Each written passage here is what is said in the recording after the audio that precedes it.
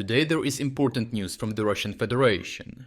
Here, a sharp shift in European enforcement behavior has exposed the fragility of Russia's sanctions-evasion system.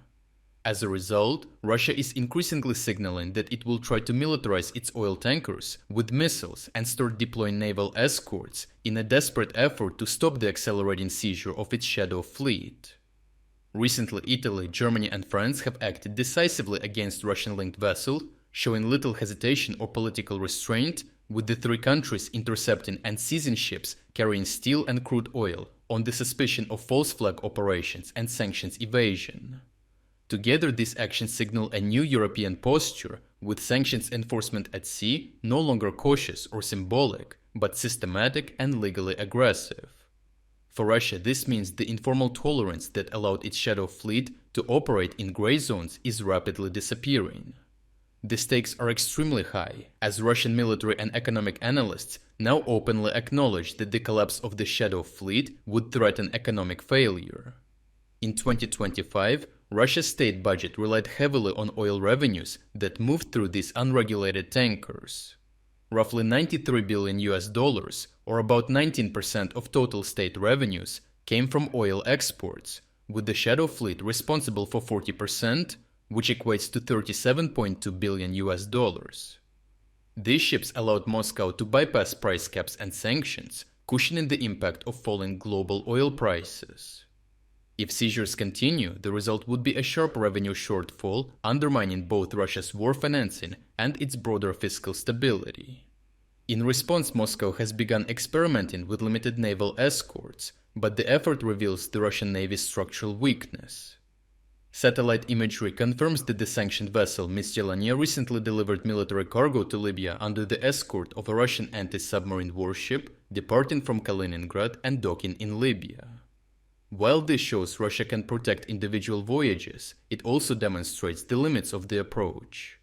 Russia lacks enough seaworthy surface combatants to escort tankers continuously. Chronic personnel shortages and uneven crew training reduce operational availability. Many ships are old, maintenance-intensive, and not optimized for long-duration convoy duty.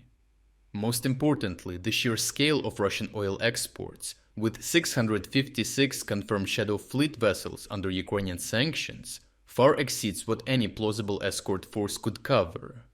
For comparison, Russia currently has fewer than 100 ships to use as an escort on paper, but in reality, many of them are older with limited range and readiness.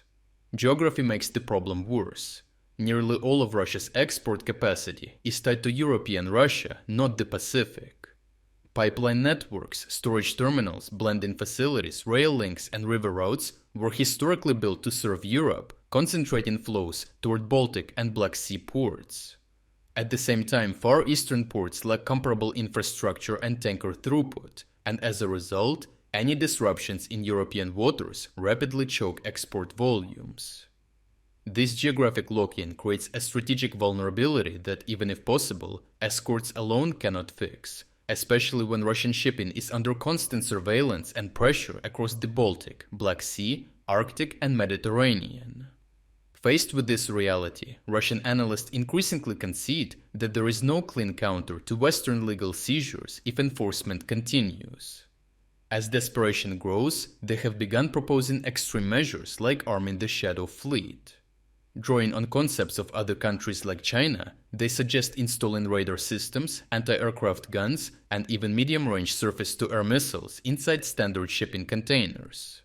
In theory, these combat container ships could be rapidly fitted onto civilian hulls, expanding defensive capacity without building new warships.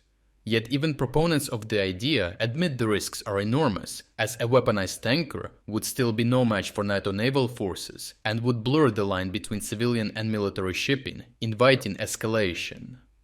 As with earlier Russian bluffs, such as deploying submarines that ultimately watched as tankers were boarded, this approach relies more on intimidation than credible force.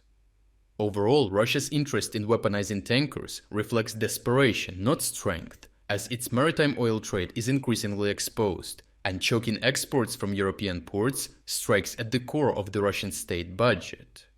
With limited naval capacity, unfavorable geography, and determined Western enforcement, Moscow is running out of viable options. If this lifeline is cut, the impact would extend far beyond the war economy, threatening the financial foundations of the Russian state itself.